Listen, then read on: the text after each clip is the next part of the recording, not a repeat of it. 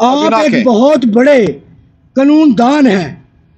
आपका जो हक छीन सकते हैं, उनसे आपको इंसाफ की तवक्का कैसे हो सकती है? और हम कोशिश करेंगे ना। देखिए, इसीलिए हम क्या बात हुई है आपके आरओ से? आरओ से तो नहीं हुई, एसपी साहब से बात हुई है।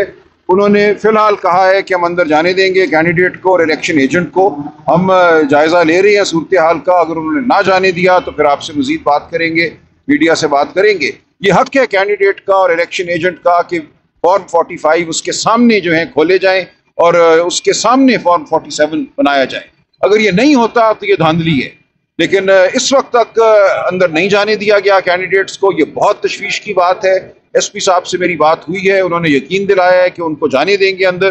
लेकिन अगर ना जाने दिया तो ये तमाम मामला आवाम के सामने रहेगा। सुल्तान अकरम राजा साहब, मेरा सवाल है कि जैसा कि आपको अभी तक इंसाफ नहीं मिला, तो अभी ये ज़िमनी इलेक्शन हो चुके हैं, आज मुकम्मल डे हो चुका है, तो अब ये इंसाफ दे पाएंगे?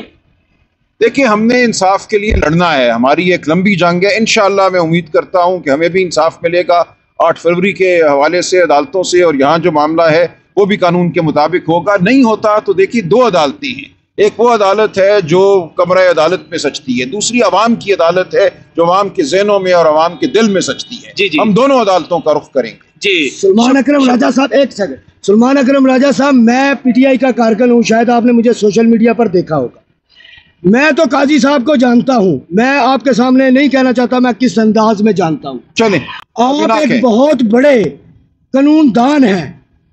आपका जो हक छीन सकते हैं, उनसे आपको इंसाफ की तवक्का कैसे हो सकती है? और हम कोशिश करेंगे ना। देखिए, इसीलिए हम सियासी अमल में अब आए हैं। जो कुछ अदालतें कर सकती थी, अदालतों से हमने करवाया, आइंदा भी करवाएंगे कानून और आइन के मुताबिक।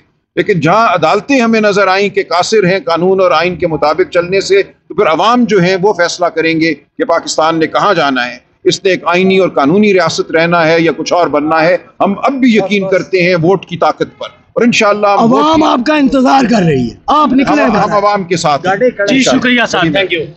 पुलिस की बहुत बड़ी तादाद जो है वो आरओ ऑफिस के सामने खड़ी हुई है। हो सकता है कि यहाँ पे लाठीचार्ज भी शुरू हो जाए। आप देख सकते हैं कि पुलिस वालों के हाथ में डंडे भी हैं और कारकुनान भी जो है पुरजोश है। आप देख सकते हैं। अब जो सूरत हाल हुई वो आपको इंशाल्लाह ज़रूर बताते रहेंगे और दिखाते भी रहेंगे। आप देख सकते हैं पुलिस की बहुत बड़ी तादाद जो आरओ ऑफिस के सामने खड़ी हुई है, देख सकते हैं आप।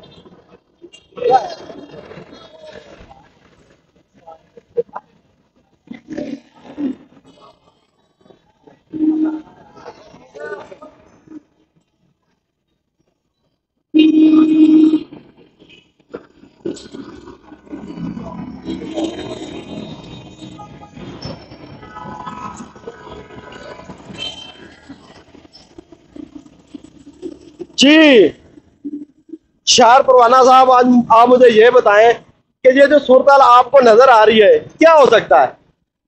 जी देखिए, ये सबको पता है कि क्या हो सकता है। पुलिस ने इस चीज से सबक नहीं सीखा। बहावल नगर के वाकया से पुलिस ने बिल्कुल सबक नहीं सीखा। पुलिस ने बिल्कुल उस पे कान नहीं धरे कि हमारे साथ क्या होता रहा। मगर पुलिस आज भी वही करने को तैयार है।